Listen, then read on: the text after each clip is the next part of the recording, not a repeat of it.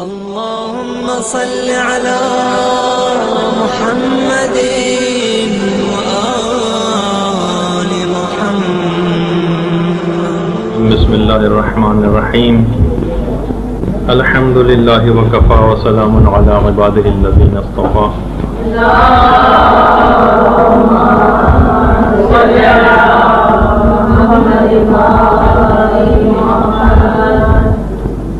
سب سے پہلے تو ہفتہ وحدت کی مناسبت سے آپ سب لوگوں کی خدمت میں ولادت باسعادت حضرت ختم مرتبت صلی اللہ علیہ وآلہ وسلم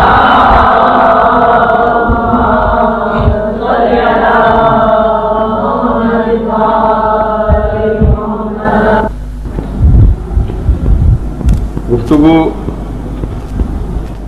وہیں سے شروع کرنی ہے. تفصیلات موت کے سلسلے کا درس نمبر 29 اور آج کے دن کی مناسبت سے مومن کو جو ایک تحفہ دیا گیا ہے جس کو بہت بڑی خوشی بھی مومن کے لیے قرار دی گئی ہے موت. آیت اللہ شہید دستغیب شیرازی جن کے متعلق یہ بات بہت مشہور ہے اور اکثر صاحبان علم نے اس بات کو فرمایا ہے کہ امام زمانہ علیہ الصلوۃ والسلام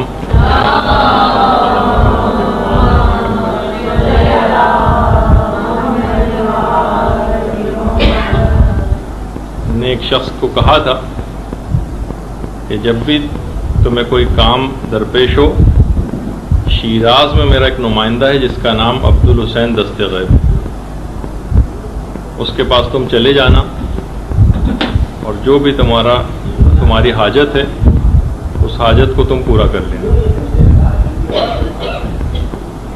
انہی شہید آیت اللہ عبدالحسین دستغیب شیرازی کا یہ جملہ ہے. باقاعدہ قسم کھا کے کہتے ہیں کہ خدا کی قسم موت کا خوف ایک وہم سے زیادہ نہیں. آیت اللہ دستغیب شیرازی کا جملہ ہے، خدا کی قسم موت کا خوف ایک وہم سے زیادہ نہیں. تو بہرحال بغیر کسی تمہید میں جائے ہم اپنی گفتگو کو میدان قیامت سے مربوط کر دیتے ہیں جہاں سے ہم نے سلسلہ چھوڑا تھا.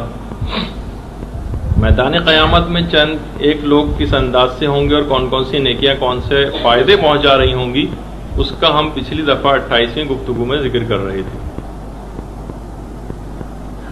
سب سے پہلا جو کسی چیز کا ثواب میدان قیامت میں ملے گا، سب سے پہلا جو ثواب جو آپ دنیا میں جتنے بھی نیک اعمال انجام دیتی ہیں وہ تو بہت سارے ہیں، لیکن میدان قیامت میں سب سے پہلا کون سا عمل فائدہ پہنچانے والا ہے اس کے متعلق چھٹے امام جعفر صادق علیہ الصلوۃ والسلام فرماتے ہیں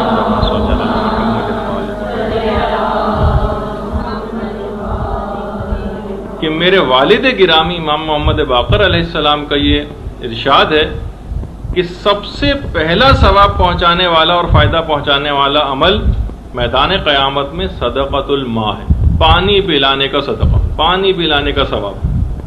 کتنی ایسی نیکیاں ہیں جنہیں ہم بہت چھوٹا سمجھتے ہیں اور سب سے زیادہ یہ کہ کسی کو بھی اٹھ کے پانی پلا دینا یہ سب سے زیادہ ثواب پہنچانے والا ہوگا. اور چھٹے امام نے پیغمبر اسلام سے ایک اور روایت بھی نقل کی کہ مومن کے سائے کے علاوہ قیامت کی جو زمین ہوگی وہ پوری آگ ہوگی اور بے شک فَإِنَّ صَدَقَتَهُ تَظِلَّهُ، بے شک صدقہ ہی اس کا سائبان ہوگا. یعنی جتنے بھی جو بھی کہا جاتا ہے نا کہ انسان میدان قیامت میں اپنے صدقات کی چھاؤں میں ہوگا، کہ میدان قیامت ایک آگ کی مانند ہے اور اس میں جو سائبان اور چھتری ہوگی وہ انسان کے صدقات ہوں گے. تو زیادہ سے زیادہ ان تمام صدقات کی وہ اقسام جو مدرسے کی طرف سے کتاب چھپی ہوئی بھی ہے صدقے کے موضوع پر، اس میں آپ دیکھیے گا زیادہ تر ان چیزوں کو اس میں بیان کیا گیا ہے جو معنوی صدقات ہیں. عام طور پر صرف ہم پیسے دینے والا صدقہ اس کو شمار کرتے ہیں، جبکہ اور بھی بہت ساری صدقات کی اقسام. پھر ایک اور جو سب سے زیادہ میدان قیامت میں فائدہ پہنچائے گا وہ عمل کہ جو شخص بھی خدا کی عظمت کا خیال کرتے ہوئے اپنے کسی قرض دار کو چھوڑ دے. دیکھیے بہت سارے لوگ جو قرض لیتے ہیں نا، بعد میں کچھ ایسی صورتحال ہوتی ہے مجبوری میں وہ کوئی تاریخ بھی بتا دیتے ہیں کہ بھائی میں فلاں تاریخ تک واپس کر دوں گا، لیکن پھر اس کو وہ پورا نہیں کر پاتے. اور وہ آپ کو پتہ ہی ہے، ابھی مجھے معلوم نہیں کہ یہاں پر قرض کے مسائل آپ کو ابھی تک پڑھائے گئے یا نہیں پڑھائے گئے. تو اس میں یہ ہے کہ جس نے جو مقروض ہو آپ کا، اگر وہ قرضہ ادا کرنے کی پوزیشن میں نہ ہو تو اس سے قرضے واپسی کا مطالبہ کرنا ہی حرام ہے. ایک زبان بھی اس سلسلے میں ہلانا یا اس پہ کسی بھی طرح کا دباؤ ڈالنا کہ تم مجھے میرے پیسے واپس کرو. اچھا، اسی طریقے سے جو کہ ہمارے 7ویں امام سے ایک مروی کی روایت ہے پیغمبر اسلام سے کہ جو کسی قرض دار کو کسی حاکم کے پاس لے جائے، ہوتا ہے نا لوگ پکڑ کے لے گئے پولیس والوں کے پاس کہ یہ پیسے وغیرہ واپس نہیں کر رہا ہے، اور وہاں جا کر امام رسول اللہ فرماتے ہیں کہ اسے علم ہو کہ اسے جھوٹی قسم کھائی لینی، بہرحال انسان مجبور ہو جاتا ہے، کیا کرے. ایسا شخص جو کہ لے کے گیا ہے اپنے قرض دار کو حاکم کے پاس اور اسے پتا ہے کہ وہاں پہ جا کے جھوٹی قسم کھا لے گا، ثم ترکہ تعظیما للہ عز وجل، اور یہ شخص خدا کی عظمت کا خیال کرتے ہوئے اس شخص کو چھوڑ دے، لم یرض اللہ لہ بمنزلت یوم القیامت الا منزلت ابراہیم خلیل الرحمن. پروردگار عالم ایسے شخص کو میدان قیامت میں حضرت ابراہیم کے علاوہ کوئی اور مقام دینے پر تیار نہیں ہوگا. آپ نے دیکھا کہ صرف یعنی بعض اوقات ایسی صورتحال پیش آ جاتی ہے مومنین کے ساتھ کہ وہ لوگ نہیں ادا کر پاتے، تو پروردگار کا خیال کرتے ہوئے جانے دیجئے، چھوڑ دیجئے، نہیں دے پا رہا، کون سا ہم بھی مرے چلے جا رہے ہیں اس پیسے کے لیے اگر ہمیں نہیں ملا. بہت یہ ہوتا ہے، لیکن لوگ دباؤ ڈالتے ہیں حتیٰ کہ کچھ ایسے صاحبان ایمان میری نگاہ میں کہ انہوں نے دوسرے صاحبان ایمان کو اغوا تک کیا باقاعدہ، اور پریشرائز کیا ان کے گھر والوں کو کہ وہ کسی بھی طور پر چاہے اپنے گھر کو بیچیں، کچھ کریں، وہ پیسہ واپس کریں، جبکہ صرف مطالبہ کرنا بھی حرام، اس پر کوئی کسی بھی طرح کا دباؤ اخلاقی ڈالنا بھی حرام ہے، ایک لفظ بولنا حرام ہے اس پیسے کی واپسی مطالبے کے لیے. البتہ اس طرح سے لوگوں نے ظاہر ہے کہ کچھ یہ مسائل سننے کے بعد کچھ ظاہر ہے کہ اس طرح کے فائدے بھی اٹھائے لوگوں نے، تو جو کہ مناسب نہیں ہے، ایک مومن کی شان سے بہت بعید ہے کہ وہ اس طرح کا کوئی کام کرے. اچھا، اسی طریقے سے ہمارے 5ویں امام محمد باقر علیہ الصلوۃ والسلام بھی فرماتے ہیں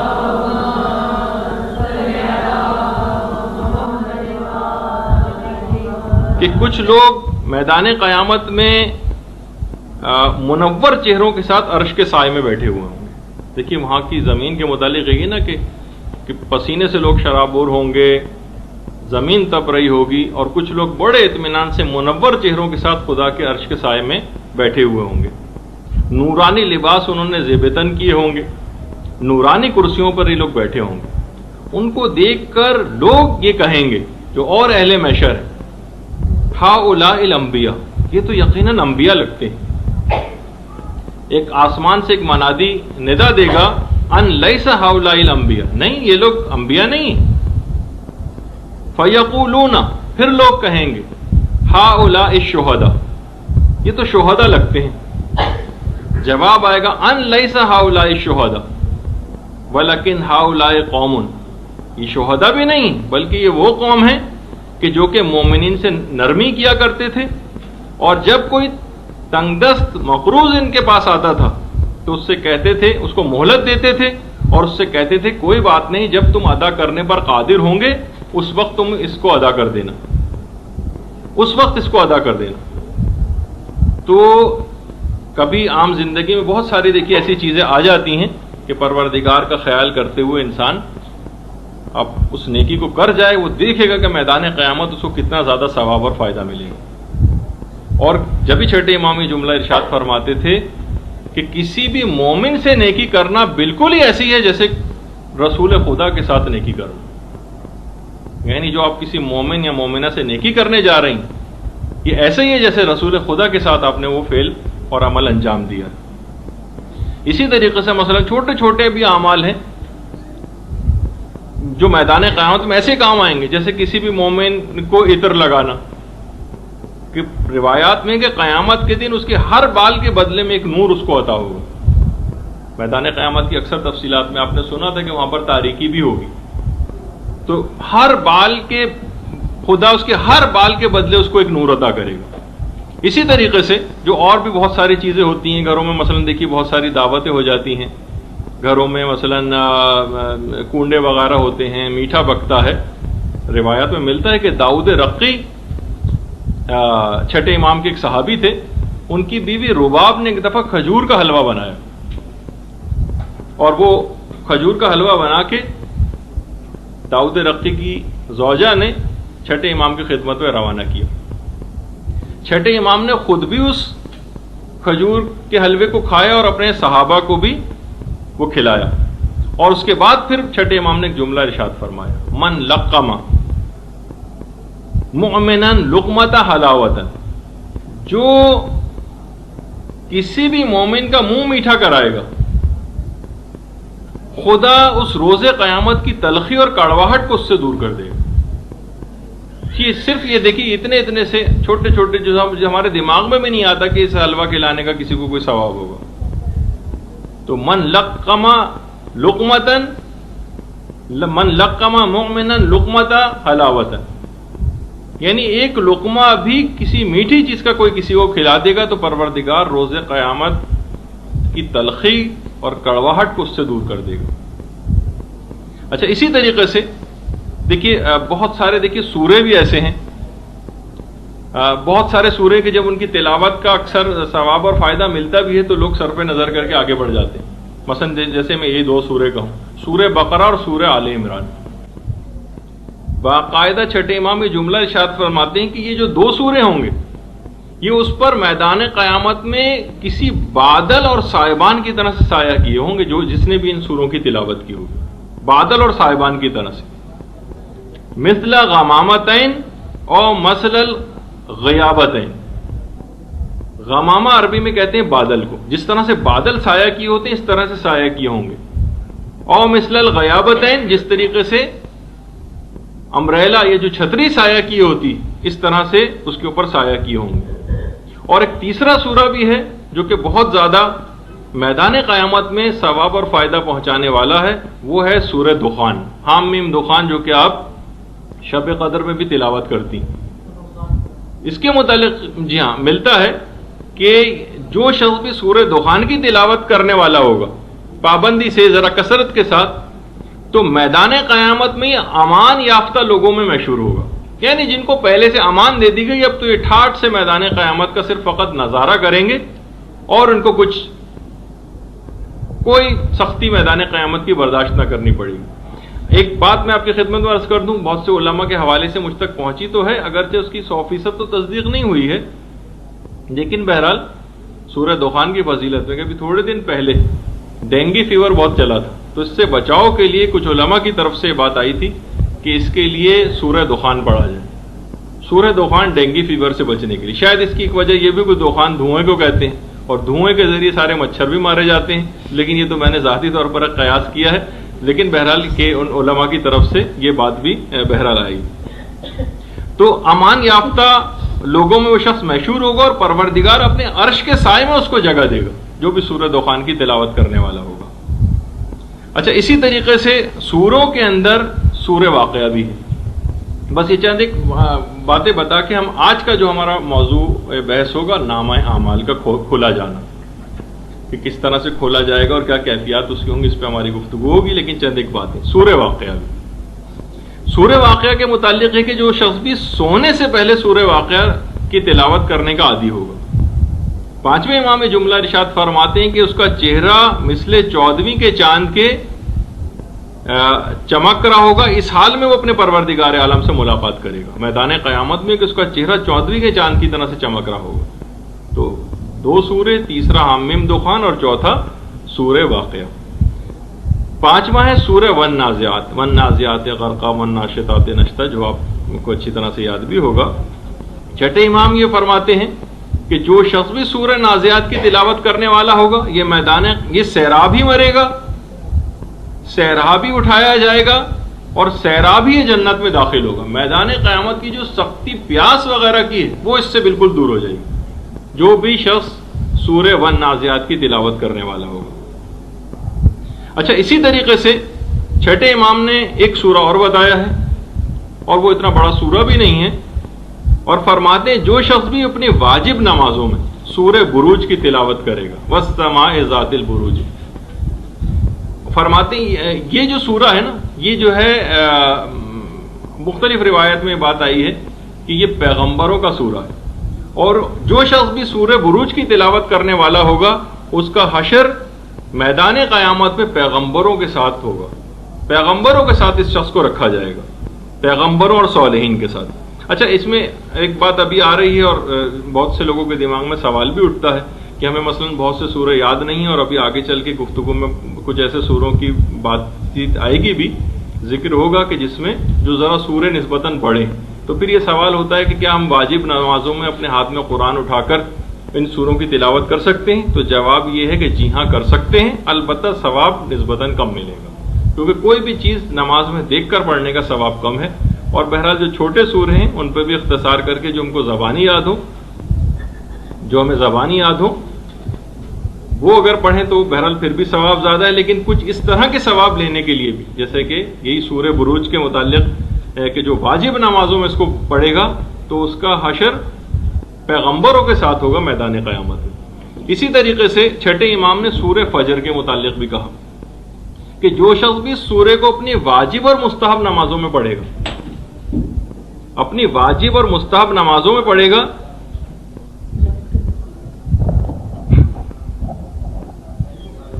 جو شخص بھی اس سورے کو اپنی واجب اور مستحب نمازوں میں پڑھے گا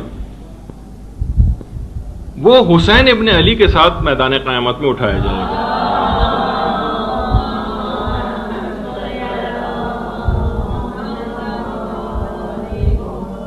اور وہ میدان قیامت میں روایت کا جملہ یہ ہے کہ امام حسین کے درجے میں ہوگا۔ تو سورہ فجر کو چھٹے امام نے فرمایا کہ اپنی واجب اور مستحب نمازوں میں پڑھو، یہ ثواب پر فائدہ تم کو ملے گا۔ اسی طریقے سے سورہ والعادیات کا پڑھنے والا جو بھی باقاعدگی سے اس کی تلاوت کرے گا، باقاعدگی سے، چھٹے امام یہ فرماتے ہیں کیونکہ یہ سورہ امیر المومنین سے منسوب ہے اور وہ میدان قیامت میں حضرت امیر المومنین علیہ الصلوۃ والسلام کے ساتھ اٹھایا جائے گا۔ اور اسی طریقے سے چھٹے امام نے بھی اپنے اجداد سے بات روایت نقل کی ہے کہ مولا متقیان امیر المومنین یہ جملہ ارشاد فرماتے ہیں کہ سجدے کی حالت میں جو شخص بھی اپنی ہتھیلیوں کو اس امید سے زمین پر رکھے کہ پروردگار قیامت میں ان ہاتھوں میں زنجیر نہ پہنائی جائے۔ دیکھیے اس طرح کے تصورات بھی فائدہ پہنچائیں گے۔ امام فرماتے ہیں جو سجدے کی حالت میں اپنی ہتھیلیوں کو اس امید سے زمین پر رکھے کہ میدان قیامت میں ان ہاتھوں پر زنجیر نہ پہنائی جائے، تو وہ شخص بھی، بہت سارے روایت میں بھی بات آئی ہے کہ وہ میدان قیامت بہت سے عذابوں سے بھی محفوظ ہو جائے گا۔ اچھا، جب بھی ہم جو وضو میں بھی جو مستحب دعائیں اس میں بھی ہے وَأَعُوذُ بِكَ مِن مُقَطَّعَاتِ النِّيرَانِ، پروردگار میں پناہ چاہتا ہوں آگ کی بنی ہوئی ہتھ کڑیوں سے، یہی وجہ ہے۔ تو بہرحال یہ چیزیں بہت فائدہ پہنچانے والی ہیں۔ اسی طریقے سے اذان دینا یہ خود ایک بہت فائدہ پہنچانے والا عمل ہے۔ جب بھی چھٹے امام فرماتے ہیں کہ بہت صاحب عزت ہوں گے، جبکہ روایت کے جو جملہ ہے کہ مؤذنوں کی جو گردنیں ہیں وہ بہت لمبی ہوں گی، یعنی مقصد کہنے کے وہ بہت صاحب عزت ہوں گے، ہر پرومیننٹ ہو جائیں گے لوگوں میں کہ یہ اذان دیا کرتے تھے۔ باقاعدہ ثواب وضو کے بعد مدرسے کی ایک اور کتابچہ جو کہ ترجمہ بھی ہو گیا ہے ثواب اذان، یہ بھی ایک پرنٹنگ کے مرحلے میں جانے والا ہے، ترجمہ بھی ہو چکا ہے، تو وہ بھی انشاءاللہ جلد آپ کی خدمت میں آئے گا، تو آپ اس کو دیکھیے گا کہ اس میں اذان کا کتنا سادہ ثواب لکھا گیا ہے۔ اسی طریقے سے جس کا ہم بار بار اکثر ذکر کرتے ہیں اور وہ ہے میدان قیامت میں محبت اہل بیت سب سے زیادہ کام آنے والی چیز ہے۔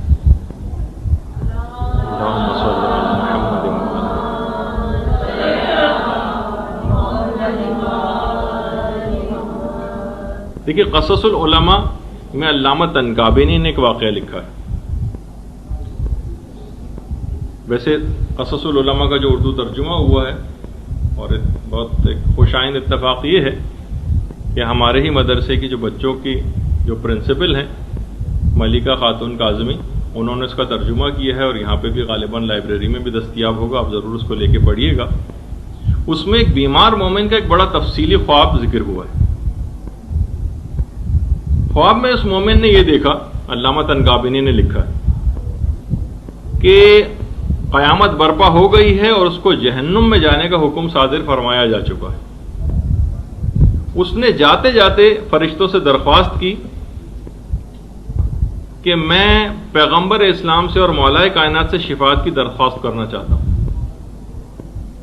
بہرحال اس مومن کو فرشتے لے آئے خدمت اقدس پیغمبر میں، 3 افراد اس کے ساتھ تھے۔ اب کھڑا ہو گیا رسول اللہ کے سامنے سر جھکا کر، جہنم کا پروانہ دیکھے مل چکا تھا۔ پیغمبر نے اس کے اوپر نگاہ ڈالی، اس شخص پر کافی دیر تک غور و فکر پیغمبر فرماتے رہے اور اس کے بعد حکم دیا فرشتوں کو کہ اس کو جنت میں لے جاؤ۔ اچھا، ان افراد نے کہا کہ پیغمبر اسلام، یعنی وہ رجسٹر پکڑا دی جو نام اعمال کے تھے۔ جب کھول کے دیکھے گئے رجسٹر تو برائیوں کا تو مکمل طور پر رجسٹر بھرا ہوا تھا، ایک چیز بھی لکھنے کی جگہ نہیں تھی، نیکیوں کا رجسٹر خالی تھا۔ اور نیکیوں کے رجسٹر میں فقط ایک عبارت لکھی ہوئی تھی، محبت اہل بیت، فقط یہ عبارت لکھی ہوئی تھی۔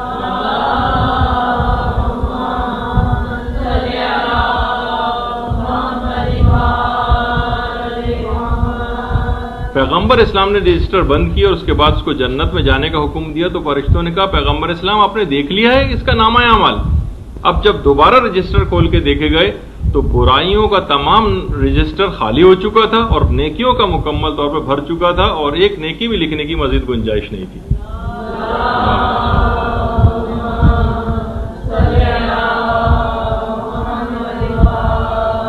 پیغمبر اسلام نے اس شخص سے فرمایا کہ تم اب جنت میں چلے جاؤ۔ اس نے کہا کہ یا رسول اللہ جنت کہاں ہے؟ پیغمبر اسلام نے دائیں طرف اشارہ کیا، دائیں ہاتھ پہ کہ اس طرف چلے جاؤ۔ جب وہ گیا تو بلکہ اشارہ کیا دائیں طرف ایک بلند نورانی تم کو دروازہ نظر آئے گا، اس میں داخل ہو جانا۔ تو اس نے کہا کہ یا رسول اللہ کیا وہ دروازہ کھلا ہوا ہوگا؟ پیغمبر نے کہا کھلا ہوا ہوگا۔ کہا کہ یا رسول اللہ میں اس جسم کے ساتھ کیسے جنت میں جاؤں؟ اچھا، اس کا جسم گناہوں کے باعث مکمل طور پر جھریوں زدہ اور انتہائی کری جسم ہو چکا تھا۔ اچھا، پیغمبر نے فرمایا دروازے پر ہی نہر کوثر ہوگی، اس میں تم غسل کر لینا، تمہاری ساری بدنمائی دور ہو جائے گی۔ اچھا، بڑا تفصیلی خواب ہے، میں اس کی زیادہ تفصیل میں تو نہیں جا رہا۔ بہرحال وہ جنت کے اندر داخل ہو گیا، نعمتوں سے بڑا لطف اندوز ہوا، اور حوروں کے ساتھ جب جنت میں چہل قدمی وہ شخص کر رہا تھا تو رستے میں چلتے چلتے جنت میں ایک جگہ پر ایک دیوار آ گئی۔ پوچھا کہ یہ دیوار کس کی ہے؟ تو حوران جنت نے بتایا کہ یہاں سے اس دیوار کے پیچھے سے شیخ زین الدین شہید ثانی کا گھر شروع ہو جاتا ہے۔ اس نے پوچھا شہید ثانی؟ کہا کہ ہاں، شہید ثانی کے جسم پر ظالموں نے جتنے زخموں کے نشانات تھے آج وہ ستاروں کی مانند چمک رہے۔ اچانک سے اس شخص نے دیکھا کہ 2 نورانی شخصیات تشریف لے آئیں۔ قریب جا کر دیکھا تو دیکھا کہ وہ ہمارے ایک تھے 7ویں امام اور ایک تھے 8ویں امام۔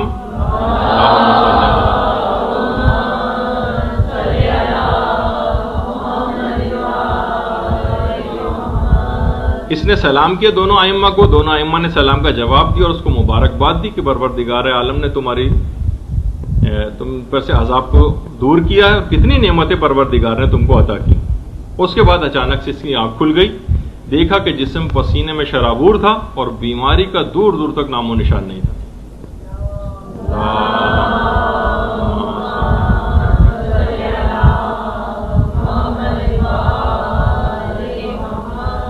تو آپ نے دیکھا کہ بہرحال محبت اہل بیت بڑا کام آنے والی چیز ہے۔ اسی طریقے سے بہت سارے اس میں واقعات اور بھی لکھے ہوئے ہیں، اور مثلا بہت سے علماء کے حوالے سے آقا شیخ اسد اللہ کاظمینی نے کتاب مقائص کے حوالے سے اس میں لکھا ہوا ہے کہ انہوں نے باقاعدہ خواب میں دیکھا تھا کہ قیامت واقع ہو چکی ہے، اور جو علامہ ہلی وہ تمام لوگوں میں جو سب سے آگے ہیں وہ علامہ ہلی جو ہے موجود ہے. تو اس طرح کے بہت سارے اس کے اندر چیزیں جو ہیں وہ ذکر ہوئیں. اچھا اب دیکھیے بہرحال کیوں کہ ان سے جو بھی توسل اختیار کر لیتا ہے اسے اتنا زیادہ ثواب اور فائدہ. اب جب جیسے جیسے گفتگو ہماری آگے بڑھے گی اس میں اہل بیت کی شان آپ پہ بہت حد تک اور واضح ہوتی چلی جائے گی. خود مولا علی کی بھی اگر شان دیکھیں تو باقاعدہ محدث نعمت اللہ جزائری نے ریاض الابرار میں لکھا ہے کہ امیر المومنین کی انگوٹھی پر ایک نقش تھا جس پر ایک جملہ لکھا ہوا تھا، پاک ہے وہ ذات جس نے فخر کیا ہے کہ میں اس کا بندہ ہوں. یہ جملہ ہے، یعنی مولا کی جو انگوٹھی ہے اس کے اوپر جو نقش تھا اس کے اوپر یہ جملہ لکھا ہوا تھا، پاک ہے وہ ذات کہ جس نے اس بات پر فخر کیا ہے کہ میں اس کا بندہ ہوں. مولا کی شان تو دیکھیے کہ کیا ہے. اچھا اسی طریقے سے پروردگار عالم نے کئی مرتبہ ملائکہ پر حضرت امیر کی وجہ سے فخر و مباحت فرمایا، بلکہ خالی یہ نہیں، جہاں ان افراد کے قدم بھی پہنچے ہیں وہ جگہ بھی کتنی مکرم ہو گئی. تو ہم کو کیا فائدہ نہیں پہنچے گا؟ پیغمبر فرماتے ہیں کہ خدا نے ہر چیز میں سے 4 افراد کو چنا، شہروں میں سے یہ 4 شہر چنے ہیں، مکہ، مدینہ، کوفہ اور بیت المقدس، یہ 4. اور باقاعدہ خصال میں بھی ہے، بہار میں بھی ہے، کافی میں بھی ہے کہ ان 4 شہروں کو باقی شہروں پر فضیلت کیوں حاصل ہوئی کہ ان 4 شہروں نے سب سے پہلے بڑھ کر ولایت علی کو قبول کیا تھا. اس وجہ سے یہ تمام شہر مکرم ہو گئے. باقاعدہ روایت میں ملتا ہے جملہ کہ زمین مکہ نے ایک دفعہ بڑا فخر کیا اپنے اوپر، ظاہر خانہ کعبہ اس کے اوپر بنا ہوا ہے، تو پروردگار کی طرف سے جواب آیا کہ زمین مکہ اگر زمین کربلا میں دفن ہونے والا پیدا نہ ہوتا تو اے زمین مکہ میں تجھ کو بھی پیدا ہی نہ کرتا. تو اس طرح سے آپ دیکھیے کہ وہ جگہ جہاں پر ان حضرات کے قدم پہنچے ہیں وہ کتنی مکرم ہو گئی. اچھا اسی طریقے سے چوتھے امام فرماتے ہیں کہ خدا نے زمین کربلا کو زمین مکہ کو حرم بنانے سے پہلے ہی تقریباً 24,000 پہلے کربلا کو اپنا حرم بنا لیا تھا. زمین مکہ کو حرم بنانے سے 24,000 سال پہلے پروردگار نے زمین کربلا کو اپنا حرم بنا لیا تھا. اور یہ جو زمین کربلا ہے یہ قیامت کے دن جنت کے باغوں میں سے ایک باغ میں تبدیل ہو جائے گی، اور وہاں پر سوائے پیغمبروں اور رسولوں کے کوئی اور شخص وہاں پر قیام نہ کر سکے گا، جو وہاں پر اس زمین کو، اور اتنی زیادہ نور افشانی زمین سے ہوگی، اتنی زیادہ نور افشانی کہ اہل جنت کی آنکھیں اس سے خیرہ ہو جائیں گی زمین کربلا سے. اور ایک اور خصوصیت یہ ہے زمین کربلا کی کہ کوئی زمین اپنے صاحب کے دفن ہونے سے پہلے زیارت گاہ نہیں بنی. دیکھیے زیارت گاہ اس وقت بنتی ہے نا جب کوئی شخص دفن ہو جاتا ہے. امام حسین کے دفن ہونے سے 1000 سال پہلے سے ملائکہ اس زمین کی زیارت کے لیے آتے تھے، اس سے پہلے سے وہ زیارت گاہ بن گئی تھی. اور کوئی نبی ایسا نہیں کہ جو وہاں سے کبھی گزرا ہو اور اس نے زمین کربلا کی زیارت نہ کی. جب بھی جبرائیل نے رسول اللہ سے بات فرمائی تھی کہ زمین کربلا کی حرمت جنت سے بھی زیادہ ہے. اچھا اب آ جائیے میدان قیامت میں جو بہت ساری چیزیں فائدہ پہنچانے والی ہیں، ہم نے اس کا ذکر کیا، پچھلی گفتگو سے مربوط کر کے آپ دیکھ لیجئے گا. اب آ جائیے نامہ اعمال کا کھولا جانا. ویسے تو دیکھیے شعراء نے بھی اس پر بڑی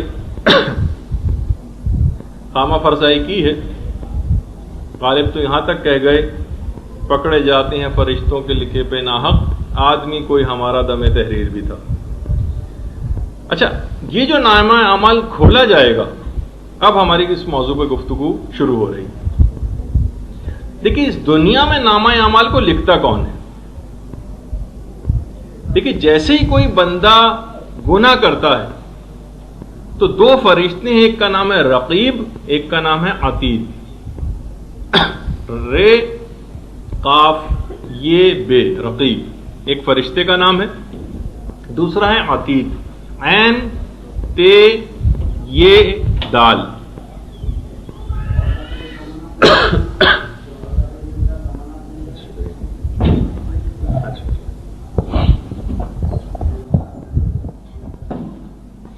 ایک ہے رقیب اور ایک ہے عتید.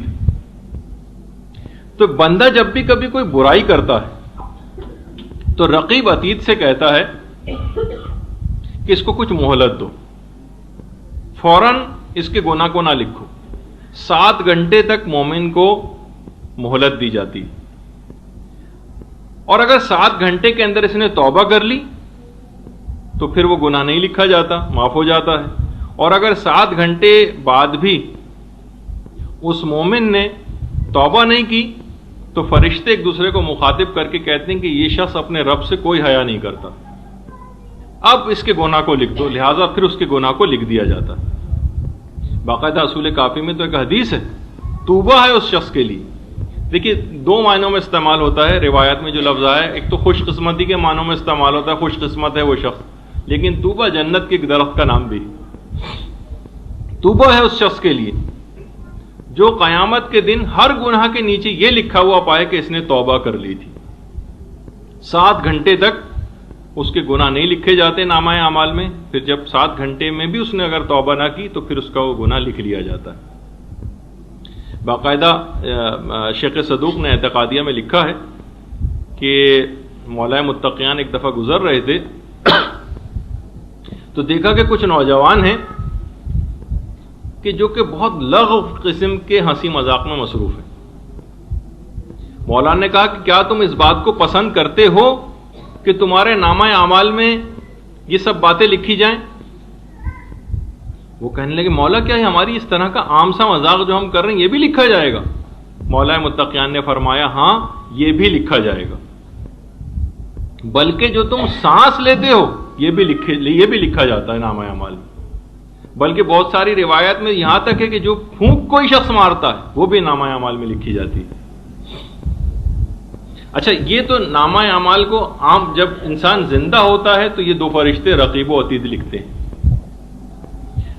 جب انسان مر جاتا ہے تو آپ کو یاد ہوگا کہ مرنے کے بعد ایک فرشتے کا ہم نے ذکر کیا تھا. اس فرشتے کا نام کسی کو پتا ہے؟ جی البتہ روایت میں ایک نام اس کا اور بھی آیا ہے، اس کا نام ہے رومان، رے واو میم الف نون، جو اس وقت تو شاید نہیں بتایا تھا لیکن اس کا ایک نام اور بھی، جو کہ اسی وقت تمام نامہ اعمال کو لکھتا ہے یا لکھواتا ہے اس مرنے والے سے، اور اس کے بعد اس کی گردن میں ڈال دیا جاتا ہے. وَكُلَّ إِنسَانٍ أَلْزَمْنَاهُ طَائِرَهُ فِي عُنُقِهِ، ہم ہر انسان کی تقدیر کو اس کی گردن میں لٹکا دیتے ہیں. وَنُخْرِجُ لَهُ يَوْمَ الْقِيَامَةِ كِتَابًا يَلْقَاهُ مَنْشُورًا، اور قیامت میں ہم اس کو دکھانے کے لیے اس کے اس نوشتے کو کھولیں گے اور جسے وہ ایک کھلی کتاب کی مانند پائے گا. یعنی جو گلے میں لٹکا دیا جائے گا، باقاعدہ جو سورہ بنی اسرائیل کی آیت بھی ہے. تو مرنے سے پہلے تو رقیب و عتید لکھتے ہیں نامہ اعمال کو، اور بالکل مرتے وقت جو اسی گردن میں لٹکایا جاتا ہے فرشتہ یا وہ خود، جس کی تفصیل ہم اس سے پہلے بیان کر چکے. اچھا اس دنیا میں بھی کسی کے بھی سامنے کچھ ہم نے باتیں بتائی تھی کہ جب انسان کوئی بھی عمل کرتا ہے تو کس کس کے سامنے اس کا نامہ اعمال بھیجا جاتا ہے. ایک تو روایت میں کہ ہر پیر اور جمعرات کے دن ہمارے تمام اعمال رسول و ائمہ کی خدمت میں پیش کیے جاتے ہیں. رسول و ائمہ کی خدمت میں پیغمبر اسلام یہ جملہ ارشاد فرماتے ہیں کہ اس بات میں کوئی شک ہی نہیں ہے کہ تمہارے اعمال روزانہ میرے پاس بھیجے جاتے ہیں. روزانہ، ویسے تو پیر اور جمعرات کا بھی روایت میں الگ سے آیا ہے، لیکن پیغمبر فرماتے ہیں کہ روزانہ تمہارے نامہ اعمال میرے پاس بھیجے جاتے ہیں. اگر تمہارے اعمال اچھے ہوتے ہیں تو میں تم لوگوں کے لیے دعا کرتا ہوں، اور اگر برے ہوتے ہیں تو تمہارے لیے مغفرت طلب کرتا ہوں. برے ہوتے ہیں تو مغفرت طلب کرتا ہوں. من لا یحذر الفقی میں شیخ صدوق نے اس روایت کو لکھا ہے. اچھا اسی طریقے سے چھٹے امام نے بھی ایک جملہ ارشاد فرمایا کہ روزانہ صبح کے وقت تمام نیک و بد کے اعمال رسول اللہ کے سامنے پیش کیے جاتے ہیں، روزانہ صبح کے وقت. اور خبردار رہو اور تمہیں شرم کرنی چاہیے کہ اس کے برے اعمال رسول اللہ کے سامنے پیش کیے جائیں. ایک تو رسول اللہ کے سامنے ضرور لائے جاتے ہیں، حتیٰ کہ میں نے یہ بھی اس دفعہ کچھ روایات کے حوالے سے بات بتائی تھی کہ مرحوم والدین کی خدمت میں بھی آپ کا نامہ اعمال بھجوایا جاتا ہے کہ آپ نے کون کون سے اعمال ان کے بعد انجام دیے. اچھا، اسی طریقے سے آئمہ کی خدمت میں بھی نامہ اعمال کو پیش کیا جاتا ہے.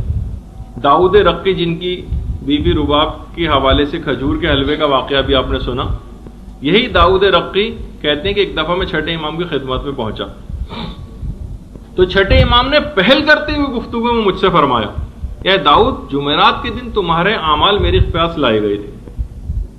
میں نے تمہارے نامہ اعمال میں ایک عمل دیکھا ہے جو تم نے صلہ رحمی کرتے ہوئے اپنے چچا زاد بھائی سے کیا تھا. اے داؤد، مجھے وہ عمل دیکھ کر بہت خوشی ہوئی، اور لیکن میں نے یہ بات بھی جان لی ہے کہ تمہارے صلہ رحم کے نتیجے میں تمہارے چچا زاد بھائی کی موت اور فنا بہت قریب. اچھا، بعض اوقات دیکھیے یہ بھی ہوتا ہے نا کہ ہم صلہ رحمی کرتے چلے جاتے ہیں اور دوسری طرف سے قطع رحمی ہونے لگتی، تو آپ کو تو اس کا ثواب اور فائدہ ملتا ہے، امام خوش ہوتے ہیں، لیکن جو اس صلہ رحمی کے جواب میں قطع رحمی کرتا ہے تو اس کے ایک دنیاوی نقصان بہرحال یہ ہوگا کہ اس دنیا میں یعنی اس کی موت جلد آ جاتی. تو میں نے یہ بات بھی جان لی کہ تمہارے صلہ رحمی کے نتیجے میں تمہارے چچا زاد بھائی کی موت اور فنا کا سبب بنے گی یہ صلہ رحمی. اچھا، باقاعدہ دیکھیے قرآن کی قائد بھی وَقُلِ اعْمَلُوا فَسَيَرَى اللَّهُ عَمَلَكُمْ وَرَسُولُهُ وَالْمُؤْمِنُونَ، جو سورہ توبہ کی آیت ہے. اے رسول، ان سے کہہ دو کہ تم لوگ اعمال انجام دیتے رہو، ابھی اللہ، رسول اور مومنین تمہارے اعمال کو دیکھیں گے. فَسَيَرَى اللَّهُ، خدا، رسول اور مومنین تمہارے نامہ اعمال کو دیکھیں گے. تو اس سے بھی پتہ چلا کہ دیکھیے، اچھا یہ تو بات ختم ہوئی یہاں پر، لیکن ویسے علماء نے کہا کہ جو ہمارا نامہ اعمال ہے نا، اس کی تین قسم کا نامہ اعمال ہے ہمارا. ایک تو ہر شخص کا ایک انفرادی نامہ اعمال ہوتا ہے جو اس کے بالکل انفرادی اعمال سے مربوط ہوتا ہے، بالکل انفرادی، انڈیویجول، ہر شخص جو بھی اعمال انجام دیتا ہے، جو کہ سورہ اسراء کی بھی آیات ہیں کہ ہر انسان کا نامہ اعمال اس کی گردن میں آویزہ کیا جائے گا، فی عنقہ، ہی اس کی گردن میں آویزہ کیا جائے گا، اور روز قیامت اس کتاب کو جس میں اس کے تمام چھوٹے اور بڑے اعمال لکھے ہوں گے اس کے سامنے پیش کیا جائے گا. سورہ اسراء کی آیت. اچھا، ایک تو ہو گیا یہ. دوسرا نامہ اعمال وہ ہے جو ہر قوم اور ہر گروہ کے لیے ایک الگ اجتماعی نامہ اعمال. کل امت تدعی الی کتابہا، جو سورہ جاسیہ کی جو آیات ہیں اس میں بھی یہ بات آئی ہے کہ ہر امت کے لیے اور ہر گروہ کے لیے قیامت کے دن ایک مخصوص نامہ اعمال ہے. ہو سکتا ہے کہ انچولی والا ایک گروہ کاؤنٹ ہو، انچولی کے لوگوں نے مثلا دین کے لیے کیا کیا، اس کے لحاظ سے ان کی ایک تو انڈیویجول نامہ اعمال ہے ہر ایک کا، اور ایک ہر قوم، ہر گروہ، ہر علاقے کے اعتبار سے بھی ممکن ہے کہ ایک الگ نامہ اعمال ہو. جب بھی امتین کا لفظ بھی آیا ہے سورہ جاسیہ، ایک دوسرے نامہ اعمال کی قسم کی. اور تیسرا نامہ اعمال ایک ایسی کتاب ہے جس میں تمام مخلوقات کے اعمال لکھے ہوئے. میزان تفسیر المیزان جو ہے اس کی 12ویں جلد میں اس کی تھوڑی تفصیل بیان ہوئی. تو بہرحال نامہ اعمال کی اس طرح سے 3 اقسام ہو گئی. اچھا، یہ نامہ اعمال اس کے بعد ہوتے کہاں پر ہے، اس کی تفصیل میں تو اتنا جانے کا موقع نہیں ہے. البتہ یہ ہے کہ جو بدکاروں کے نامہ اعمال ہوں گے، وَإِنَّ كِتَابَ الْفُجَّارِ لَفِي سِجِّينٍ، اِنَّ كِتَابَ الْفُجَّارِ لَفِي سِجِّينٍ، برے لوگوں کے نامہ اعمال سجین میں ہوں گے. وَإِنَّ كِتَابَ الْأَبْرَارِ لَفِي عِلِّيِّينَ، اور نیک لوگوں کے نامہ اعمال عِلِّيِّينَ میں ہوں گے. اچھا، اب جس وقت یہ کھلیں گے نامہ اعمال، وَإِذَا الصُّحُفُ نُشِرَتْ، جس وقت بھی نامہ اعمال کھلیں گے تو جو نیک لوگ ہوں گے، اوتیا کتابہ بیمینہ، ان کے تو دائیں ہاتھ میں نامہ اعمال دے دیا جائے گا. وَأُوتِیَ کتابہ بشمالہ، اور بدکاروں کے بائیں ہاتھ میں نامہ اعمال دے دیا جائے گا. اچھا، یہ 2 کیفیات ہوئیں. آیت میں ایک تیسری کیفیت بھی ہے، نامہ اعمال کس طرح سے دیا جائے گا. کچھ کو پیٹھ کے پیچھے سے دیا جائے گا. سورہ انشقاق، اوتیا کتابہ وراء ظہرہ، کچھ کا نامہ اعمال ان کی پیٹھ پہ چپکا دیا جائے گا. اچھا، جو نیک بندے ہیں ان کے لیے تو ایک ہی طرح کی کیفیت کہ بس نامہ اعمال ان کے دائیں ہاتھ میں دیا جائے گا، یہ بیان ہوئی. اچھا جو بدکار ہیں ان کے گناہوں کے مختلف ہونے کی وجہ سے نامہ اعمال کو دیے جانے کے لیے تعبیرات مختلفہ استعمال ہوئی، یعنی مختلف تعبیرات استعمال ہوئی۔ اچھا علامہ طباطبائی نے اپنی کتاب حیات پس از مرگ، اس میں باقاعدہ دلائل دیے ہیں کہ یہ جو ہے نا دائیں ہاتھ میں دینا بائیں ہاتھ میں دینا، علامہ طباطبائی کا یہ نظریہ کہ دائیں ہاتھ میں دینے سے مراد یا بائیں ہاتھ میں دینے سے مراد حق و باطل یا سعادت و بدبختی مراد ہوتی، یعنی فرماتے ہیں کہ مقصد یہ نہیں کہ باقاعدہ سیدھے ہاتھ ہی میں دیا جائے گا، البتہ ان کا نظریہ علامہ مجلسی وغیرہ کا نظریہ یہی ہے کہ ہمیں اس کو ظاہری پر ہی محمول کرنا چاہیے، یعنی دائیں ہاتھ ہی میں دیا جائے گا یا بائیں ہاتھ ہی میں دیا جائے گا۔ علامہ طباطبائی لیکن فرماتے ہیں کہ بعض اوقات ہم دیکھتے ہیں کہ جو ہم عام زندگی میں بہت سے جملے کہتے ہیں نا، ارے بھائی فلاں تو بہت بلند ہے، فلاں بڑا پست ہے، فلاں بڑی اونچی جگہ رہتا ہے، فلاں بہت لو لائنگ ایریاز میں رہتا ہے، یہ جو ہم اس طرح کے جملے استعمال کرتے ہیں نا، تو یہاں پر بھی ہمارے بلندی و پستی سے ہم کبھی علم مراد لیتے ہیں، کبھی دولت مراد لیتے ہیں، کبھی شہرت مراد لیتے ہیں، کبھی منزلت اور مقام مراد لیتے ہیں، کبھی اقتصادی حالت مراد لیتے ہیں۔ کہہ رہے ہیں اسی طریقے سے یہ جو دائیں اور بائیں میں دینے کا جو مسئلہ ہے وہ بھی اس کی بلندی اور پستی کو یا نیک بختی اور بدبختی کو ظاہر کرتا ہے۔ لیکن جو دیگر علماء ہیں انہوں نے بہرحال یہ بات کہی ہے کہ نہیں، اسی طرح سے دائیں اور بائیں ہاتھ جس طرح ہم اس دنیا میں کسی چیز کو دائیں بائیں ہاتھ میں لیتے ہیں اسی طرح سے دیا جائے گا۔ اچھا لیکن بہرحال جو بھی ہو ان دونوں میں سے ہم تو بہرحال سراپا تسلیم ہیں، چاہے ہم ظاہری اعتبار سے ہاتھوں میں دیا جائے یا معنوی اعتبار سے، انشاءاللہ مومنین کو فائدہ اور ثواب ہی اور نجات ہی حاصل ہوگی، یہی دعا ہے ہماری۔ اچھا اسی طریقے سے یہ جو کہا گیا کہ پشت کے ذریعے بہت سے لوگوں کو نامہ اعمال دیا جائے گا، اس میں بھی ایک احتمال، کئی احتمالات ذکر ہوئے ہیں۔ ایک تو یہ کہ اس کے ہاتھ، کیونکہ بدکاروں کے ہاتھ ان کی پشت پہ پیچھے باندھ دیے جائیں گے۔ اچھا پھر یہ بھی کہا جائے گا کہ اپنے نامہ اعمال کو پڑھو۔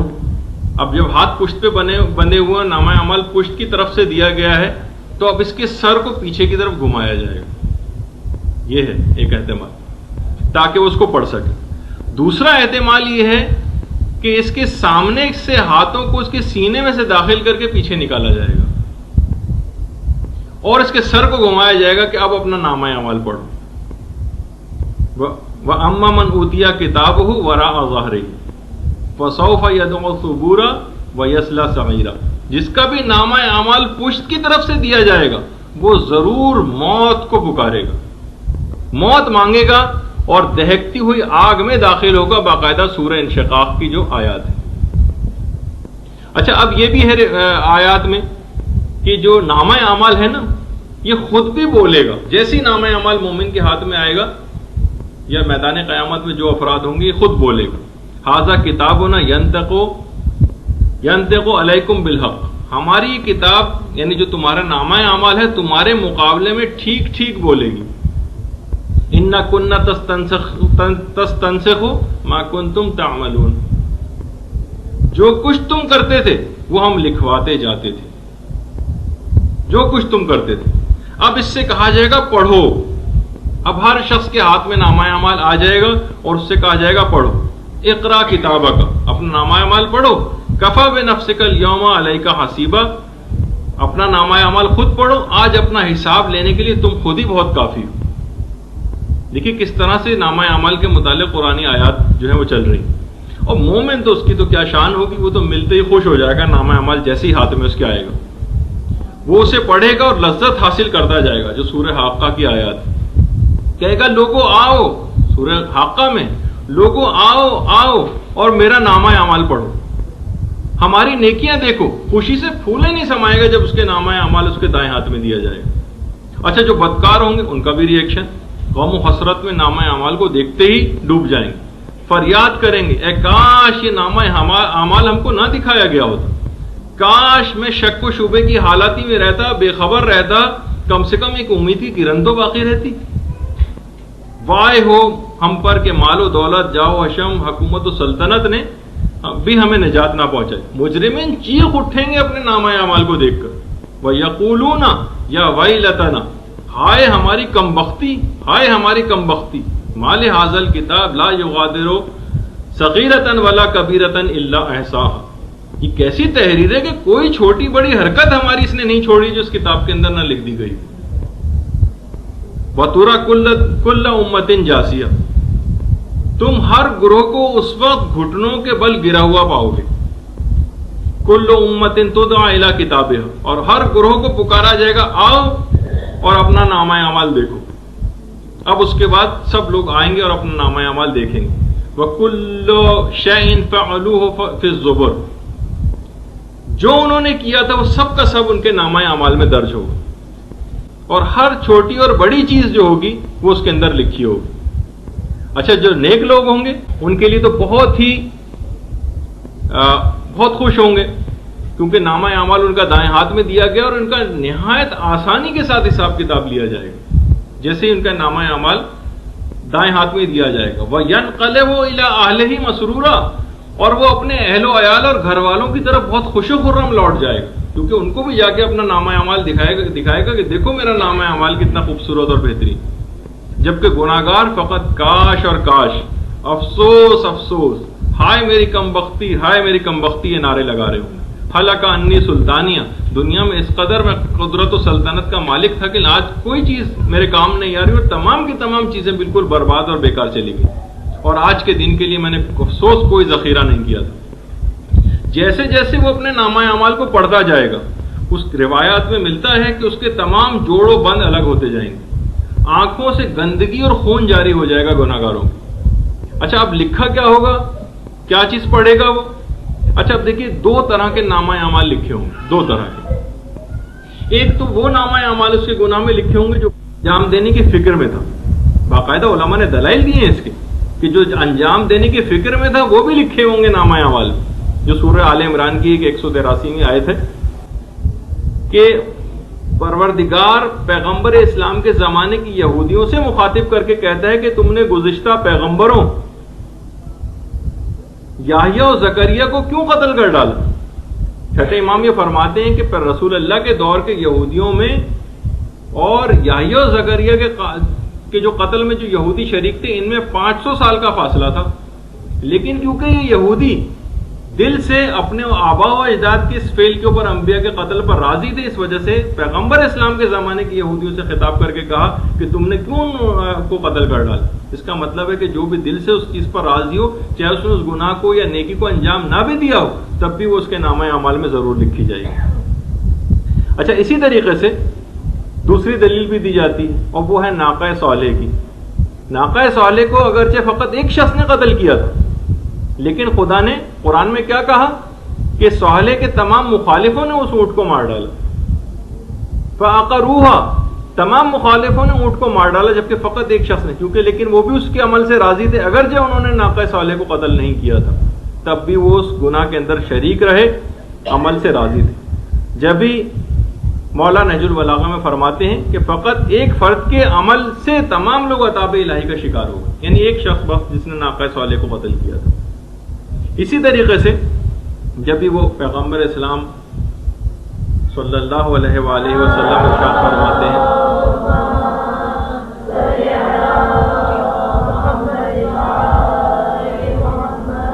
کہ ہر وہ شخص جو کسی گناہ کے مقام پر موجود ہو لیکن دل سے اس چیز کے خلاف ہو، وہ غائب کی منزل پر، اور جو اس گناہ کے مقام سے غائب ہو لیکن دل سے اس گناہ سے راضی ہو، وہ حاضر کی منزل پر، یعنی وہ سمجھا جائے گا کہ اس مقام پر یہ شخص بھی موجود تھا۔ اسی طریقے سے جو ہمارے 8ویں امام کا بھی ایک جملہ ہے، جو 8ویں امام ارشاد فرماتے ہیں کہ اگر کوئی شخص مشرق میں مارا جائے اور مغرب میں رہنے والا کوئی شخص اس کے قتل سے راضی ہو، تو خدا اس شخص کے نامہ اعمال میں بھی قتل کا گناہ لکھ لیتا ہے۔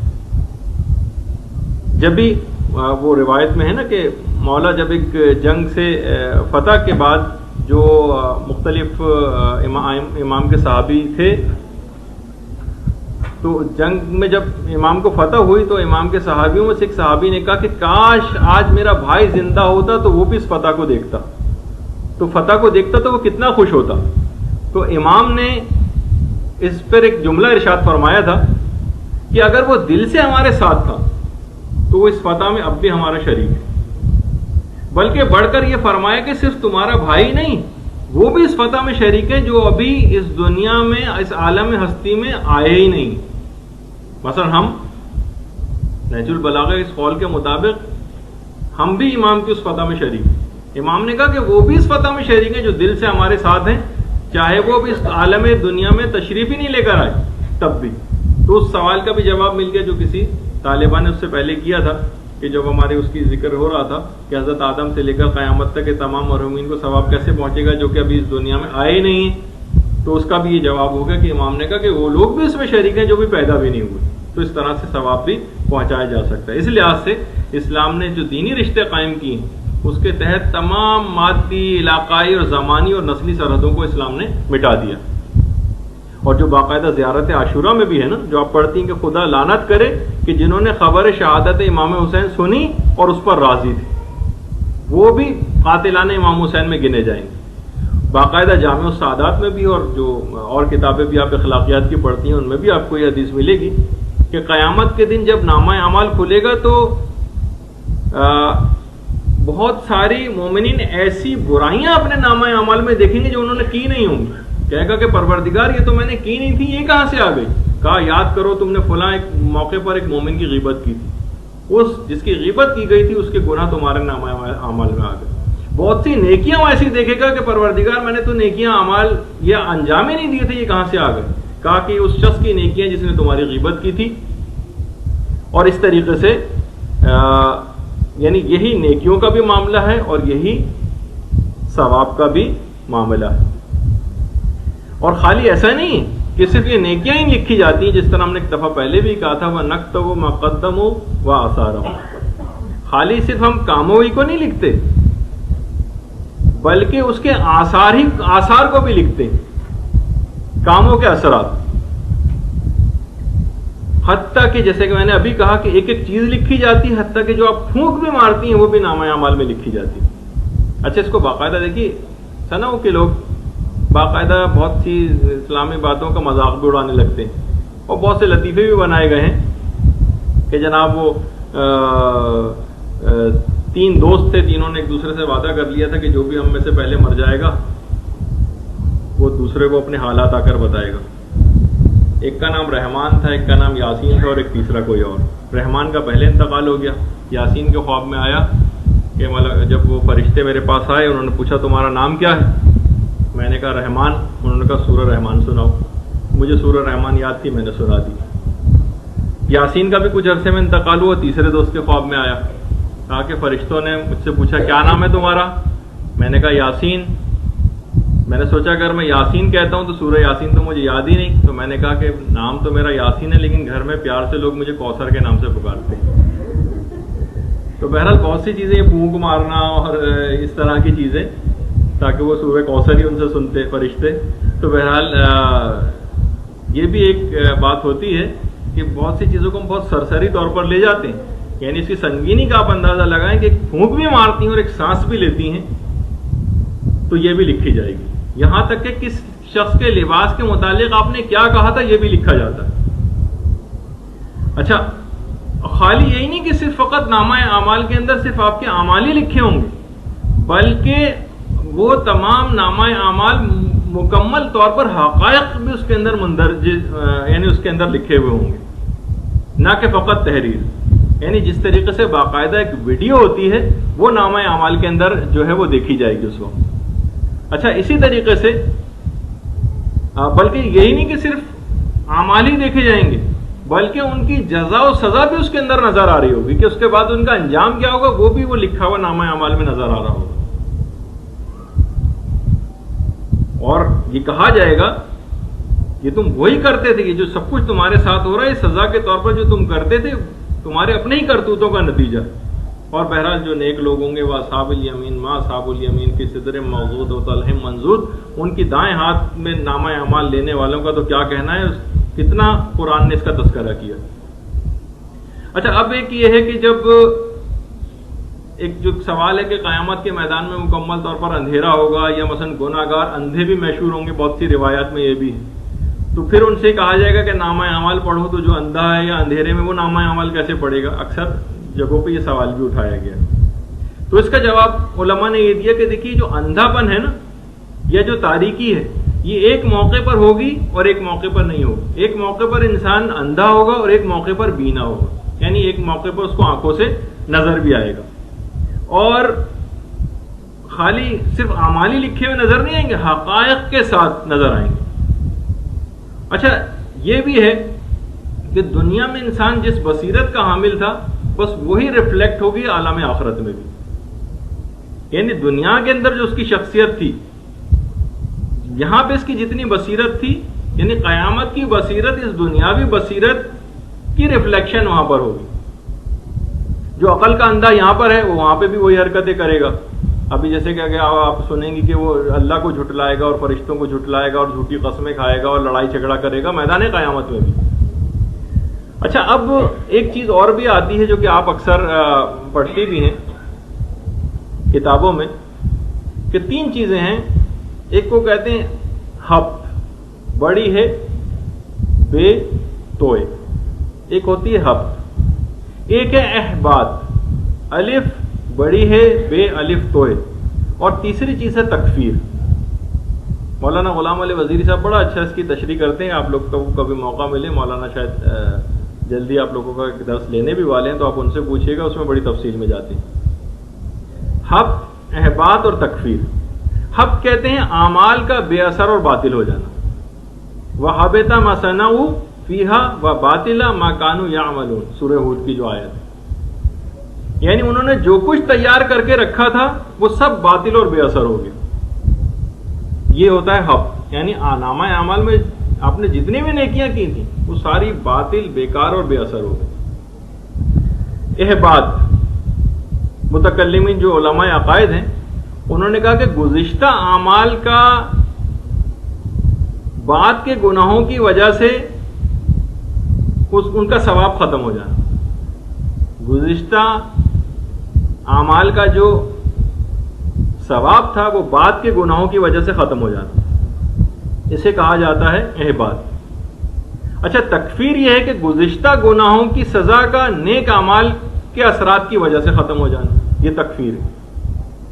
یعنی گزشتہ اعمال جو اس نے گناہ جو انجام دیے تھے وہ نیک اعمال جو اس نے اس کے بعد انجام دیے ان کی وجہ سے وہ پرانے گناہ ختم ہو گئے, اس کو تکفیر کہا جاتا ہے. اور ثواب اور نیکیوں کا ختم ہونا وہ ہفت یا احباط کہا جاتا ہے.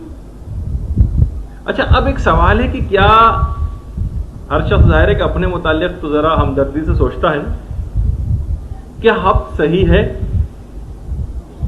کیا یہ ظلم کی قسم نہیں؟ دیکھیے اگر کوئی شخص حالت کفر میں مثلا مر جائے, اس کے اعمال تو ختم ہو گئے, یعنی اس نے اس بات میں اتنے بڑے بڑے گناہ کیے, اور بہت سے ایسے بھی لوگ ہوں گے جن کے گناہ بہت بڑھ گئے, تو ان کے بعد کے گناہوں کی وجہ سے وہ نیکیاں ساری ختم ہو گئیں.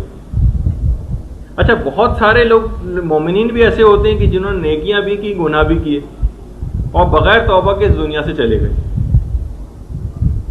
تو اب کیا ان کے برے اعمال ان کی نیکیوں کو ختم کر دیں گے؟ یہاں پر علماء کے دو گروہ ہیں. پہلا گروہ ہے جو کہ شیخ نصیر الدین توسی کا ہے, جنہوں نے اپنی کتاب تجرید العقائد میں باقاعدہ یہ بات ثابت کی ہے کہ جو ہفت اور احباط ہے یہ ایک قسم کا ظلم ہے. یعنی اگر کسی کے ثواب مثلا انہوں نے مثال لکھی ہے, اگر کسی کے ثواب کم ہو اور گناہ زیادہ ہو تو احباط کے بعد تو ایسا ہو جائے گا جیسے اس نے ایک بھی نیک کام نہیں کیا, تو یہ تو ظلم ہو جائے گا اس کے اوپر. ٹھیک ہے اس کے گناہ زیادہ تھے, ثواب کم تھا, اگر اس کے بعد کے گناہوں کی وجہ سے اس کا ثواب بالکل ختم کر دیا جائے تو وہ ایسا ہو جائے گا جیسے بالکل زیرو, بلکہ مائنس میں چلا جائے گا. جبکہ انہوں نے کہا کہ قرآن کی دلیل بھی ہو, وَمَن يَعْمَلْ مِثْقَالَ ذَرَّةٍ خَيْرًا يَرَهُ, جس نے ذرہ برابر بھی نیکی کی ہوگی وہ اس کو دیکھے گا. البتہ دوسرا گروہ علامہ مجلسی کا ہے جنہوں نے اور زیادہ بیلنس نظریہ پیش کیا. فرماتے ہیں کہ یہ سارے گناہوں سے متعلق نہیں ہفت اور احباط. دیکھیے کیونکہ نامہ اعمال کی ہم گفتگو کر رہے ہیں اس وجہ سے تھوڑی سی ایک بحث بیچ میں آ رہی ہے, اس کو ذرا توجہ سے آپ سن لیجیے کہ یہ جو اعمال کا بالکل ضائع ہو جانا یہ سب گناہوں سے متعلق نہیں ہے. یہ فقط بعض گناہ ایسے ہیں کہ جن سے اطاعتیں جاتی رہتی ہیں. نیکیاں ختم ہو جاتی ہیں. البتہ بعض اطاعتیں ایسی ہیں جن سے بڑے بڑے گناہ زائل ہو جاتے ہیں. اور انہوں نے بھی قرآنی سے ایک دلیل دی علامہ مجلسی نے، ان الحسنات یذہبن السیئات، یذہبن السیئات، بے شک نیکیاں گناہوں کو ختم کر دیتی ہیں. کہا کہ یہ فقط کچھ مخصوص گناہوں سے متعلق ہے، جیسے کہ قرآن میں بھی آیا وَلَا تَجْهَرُوا لَهُ بِالْقَوْلِ كَجَهْرِ بَعْضِكُمْ لِبَعْضٍ أَن تَحْبِطَ أَعْمَالُكُمْ، کہ دیکھو رسول سے، دوسروں کے مقابلے میں رسول سے اپنی آواز کو بلند نہ کرنا ورنہ تمہارے تمام اعمال حبط ہو جائیں گے. تحبط اعمالهم، تحبط اعمالکم، تمہارے تمام اعمال حبط ہو جائیں گے. تو بہرحال اس سے یہ ہوا کہ کچھ مخصوص گناہ اس سے مراد ہے.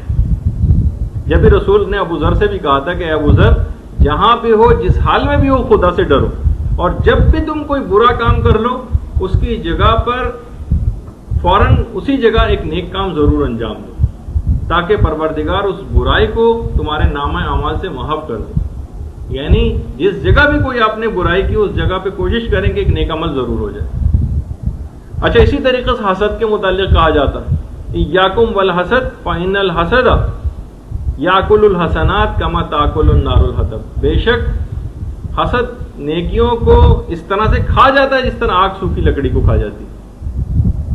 تو بہرحال اچھا اب دیکھیے کہ اب ہر شخص ہی یہ سوچتا ہے کہ بھائی میں جو ہوں، جہاں حسد کی بات آئی وہاں پھر دماغ میں یہ آنے لگتا ہے کہ بھائی میں تو حاسد نہیں ہوں.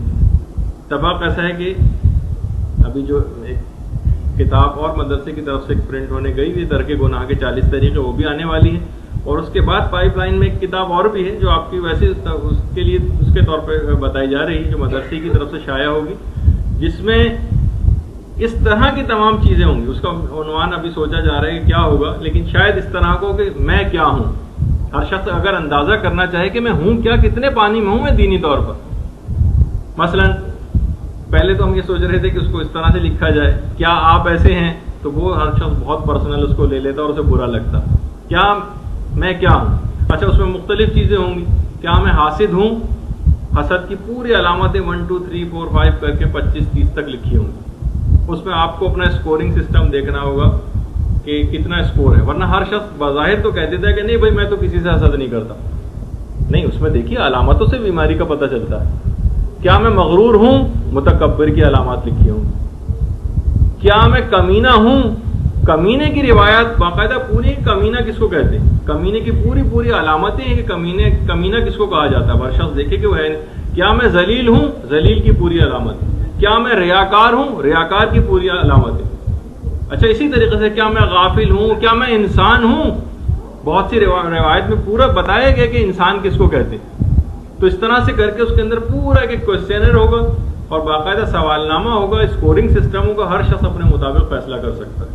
تو پھر اس کو پتہ چلے گا کہ واقعی یہ تو سب چیزیں مجھ میں زیادہ تر چیزیں پائی جاتی ہیں اور اس کی طرف متوجہ ہونا پڑے گا کہ یہ نیکیاں مجھے انجام دینی ہے تاکہ ان برائیوں کو مٹا دیں جو اس کے اندر ہے. کیونکہ جب مرض کی تشخیص ہو گئی تو اس کے بعد اس کا علاج ضروری ہو گیا. تو بہرحال اسی طریقے سے اچھا اب کیا ہوا کہ بات یہ بنی کہ احباط کا جو قانون ہے یہ کوئی کلی قانون نہیں ہے، یہ صرف بعض گناہوں سے مخصوص ہے اور یہ بالکل ایک عمومی قانون نہیں. اچھا، پھر اس کے بعد احادیث میں ہے کہ ایک آواز آئے گی کہ کوئی عمل ایسا ہے اس کے اندر لکھا ہوا جو تم نے نہ کیا ہو. لوگ کہیں گے نہیں پروردگار سارے اعمال بالکل صحیح لکھے ہوئے. البتہ کچھ بعض لوگ ہوں گے، جیسے میں نے ابھی کہا، بعض لوگ ہوں گے جو یہ کہیں گے کہ پروردگار ہم نے یہ سب اعمال انجام نہیں دیے، ہم نے یہ اعمال انجام نہیں دیے. اس وقت پھر چھٹے امام یہ کہتے ہیں کہ پروردگار جب وہ انکار کریں گے کہ اعمال ہم نے انجام نہیں دیے تو پروردگار کرامن کاتبین کو پیش کرے گا. وہ فرشتے آئیں گے جنہوں نے نامہ اعمال لکھے تھے، وہ انسان ان فرشتوں کو جھٹلائے گا، کہے گا پروردگار تیرے ہی فرشتے تو تیرے ہی حق میں بات کریں گے نا، میرے تو خلاف بات کریں گے. اب اس کے بعد پھر یہ جب ہر طرف سے مایوس ہو جائیں گے، فرشتے بھی آ گئے، اب یہ جھوٹی قسمیں کھانا شروع کریں گے. دیکھیے ابھی وہی نامہ اعمال ہاتھ میں دیے جانے کے بعد کی کیفیت پہ ہم ذکر کر رہے ہیں. جھوٹی قسمیں کھانے شروع کریں. دیکھیے پروردگار نے بھی سورہ والشمس میں 11 قسمیں کھائیں، اور 11 قسمیں کھا کے بھی کیا کہا ہے؟ قد افلح من زکاہا وقد خاب من دساہا، فلاح پائی اس نے کہ جس نے اپنے نفس کو پاک کیا، اور برباد ہو گیا وہ شخص کہ جس نے اپنے نفس کو گندا کیا۔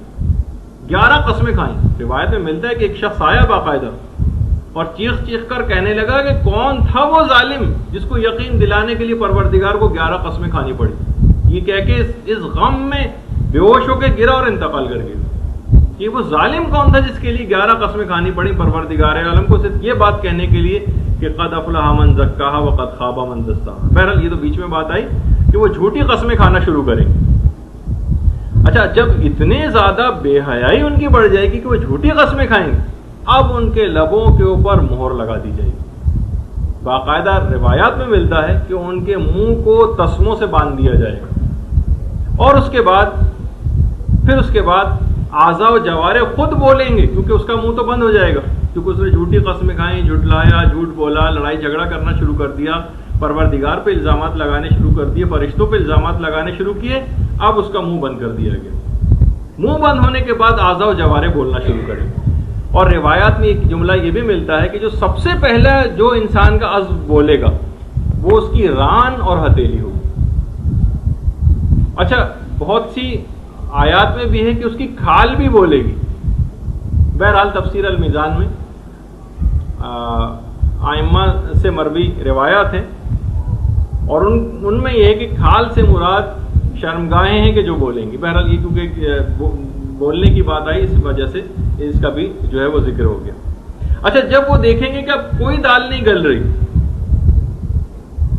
تو اس منہ پہ مہرے لگنے سے پہلے بعض افراد کے ساتھ یہ ہوگا کہ وہ اپنے بہانے پیش کریں گے۔ جھوٹی قسمیں تو نہیں کھائیں گے لیکن بہانے پیش کریں گے۔ پروردگار میں کیا کرتا، میں اس وجہ سے مجبور ہو گیا تھا اور اس وجہ سے مجبور ہو گیا تھا، تو پھر پروردگار اپنی حجت بالغہ کو پیش کرے گا۔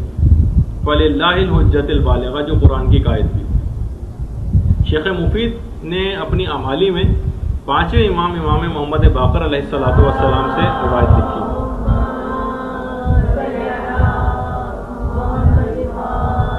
کہ اللہ کی حجت بالغہ سے کیا مراد ہے، تو اس کے بعد پھر امام نے بتایا کہ قیامت کے دن ایک شخص کو لایا جائے گا اور پروردگار اس سے پوچھے گا کیا تو عالم تھا؟ اگر وہ کہے گا کہ ہاں تو پروردگار اس سے پوچھے گا پھر تو نے اپنے علم کے مطابق عمل کیوں نہیں کیا؟ اور اگر وہ کہے گا کہ نہیں میں عالم نہیں تھا تو پروردگار کہے گا کہ پھر تو نے علم کیوں نہیں حاصل کیا کہ تو عمل کرتا؟ یہ مطلب ہے خدا کے حجت بالغہ کا، یعنی ہر چیز کے مقابلے میں پروردگار جو بھی ایکسکیوز سنے گا اس کا ایک جواب دے گا۔ چھٹے امام فرماتے ہیں اصول کافی میں بھی کہ قیامت کے دن ایک خوبصورت عورت کو لایا جائے گا جو اپنی خوبصورتی کی وجہ سے گناہوں میں مبتلا ہو، میک اپ کرنے لگی، ایسے لباس وہ پہننے لگی کہ لوگ اس کی طرف دیکھیں، گناہوں میں مبتلا ہونے لگی، اور اس سے کہا جائے گا کہ تم گناہوں میں کیوں مبتلا ہو؟ وہ کہے گی پروردگار کہ تو نے مجھے خوبصورتی عطا کی تھی، میں کیا کرتی، میں بھٹک گئی۔ تو پروردگار اس وقت حجت بالغہ کے طور پر حضرت مریم کو پیش کرے گا کہ بتاؤ تم زیادہ حسین ہو یا یہ مریم زیادہ حسین؟ اور دیکھو کہ اس نے تمام تر خوبصورتی کے باوجود بھی کیسی پرہیزگار زندگی گزاری۔ ایک خوبصورت اور حسین نوجوان کو لایا جائے گا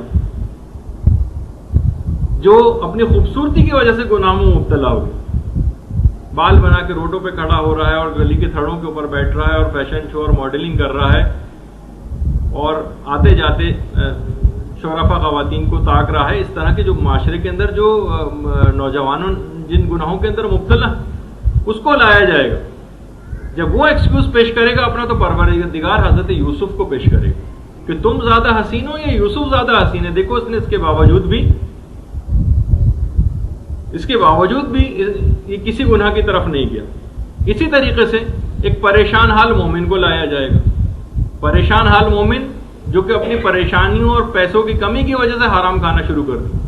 پروردگار میں کیا کرتا، میری تنخواہ کم تھی اس وجہ سے میں نے یہ حرام کھا لیا۔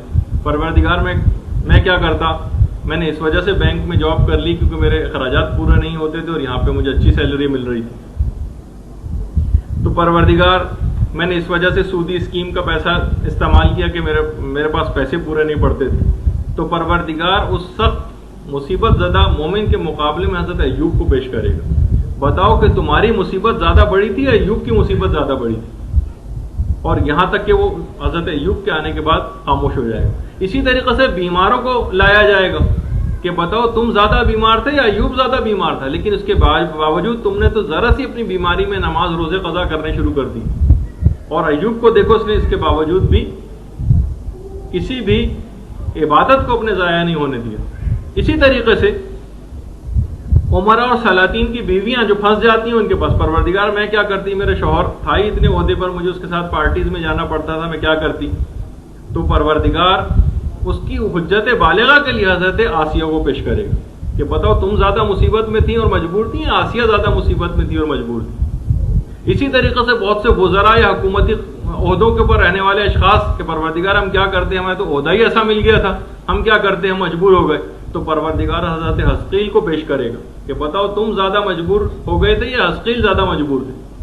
اس وعلی ھذا القیاس، اس طریقے سے پروردگار ہر گناہ کے مقابلے میں اپنی حجت بالغہ کو پیش کرے گا اور ایک ایک مثال سامنے لے کر آئے گا ہر شخص کے لیے. جتنی بہانے بازیاں کوئی شخص کرنا چاہے گا وہاں پر کسی کی کوئی بہانے بازی نہیں چلے گی اور تمام دلائل کے ساتھ ان تمام چیزوں کا رد ہو جائے گا. اچھا، اب اس کے ساتھ ہی اس کے بعد وہ جو نامہ اعمال ہوں گے، وہ جو اعمال اس کے اندر درج ہوں گے، وہ تمام اعمال تجسم کی صورت اختیار کرنے لگیں گے، مجسم ہو جائیں گے. اس کی پوری ایک تفصیل ہے تھوڑی. اب آج اگرچہ مجھے اس کی کچھ بیان کرنی تھی، لیکن اگر آج میں نے شروع کر دی تو پھر امید یہی ہے کہ میں اس کو مکمل نہیں کر سکوں گا، بات نامکمل ادھوری رہ جائے گی.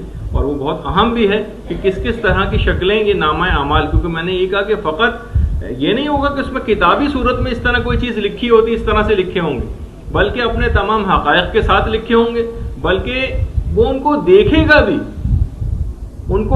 بھی، بلکہ ان کی جزا و سزا بھی اس کو اس کے اندر نظر آ رہی ہوگی. جس طریقے سے آپ یعنی اندازہ یہ ہے، ہم اپنے الفاظ میں کہہ سکتے ہیں، جس طرح سے آپ ٹی وی کے اندر کوئی چیز دیکھتی ہیں یا اس کی مختلف ونڈوز ہوتی ہیں کہ جزا و سزا بھی نظر آ رہی ہے، وہ عمل بھی ہوتے نظر آ رہا ہے، یعنی وہ اعمال پھر تجسم کی صورت اختیار کر لیں گے. پھر ان کی کیفیت کیا ہوگی انشاءاللہ اگلی دفعہ. اور ابھی نامہ اعمال سمجھے جسٹ شروع ہی ہوا ہے. کون سے ایسے طریقہ کار اختیار کیے جائیں گے کہ نامہ اعمال ہمارا دائیں ہاتھ میں دیا جائے، کیفیات کیا ہوں گی، یہ انشاءاللہ ہماری اگلی گفتگو کا موضوع ہوگا.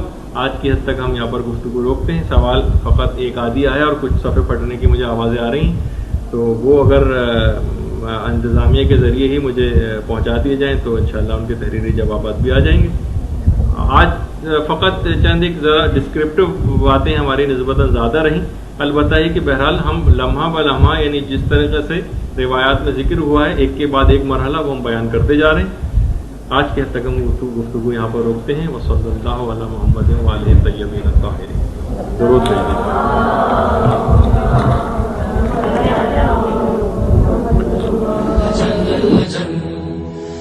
جل اللجن یا مولا اللجن اللجن اللجن اللجن اللجن اللجن اللجن یا صاحب السماء